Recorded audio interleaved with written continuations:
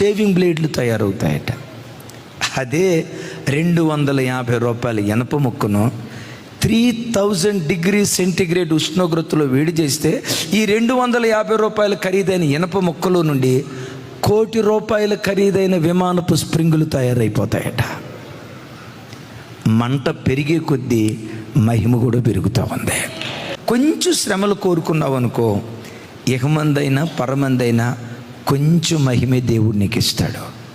ఎంత ఎక్కువ కాల్చబడతావో, ఎంత ఎక్కువ నలగొట్టబడతావో, ఎంత ఎక్కువ శ్రమలకు అప్పగించబడతావో, ఎంత ఎక్కువ నలిగిపోతావో భవిష్యత్తులో అంత వెలగటానికి దేవుడు కృప చూపిస్తాడు. మీలో ఎంతమందికి మహిమ కావాలి?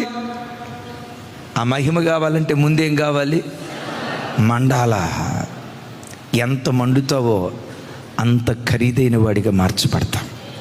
దేవుడు ఎక్కువ శ్రమలు నీకు అనుమతించాడా?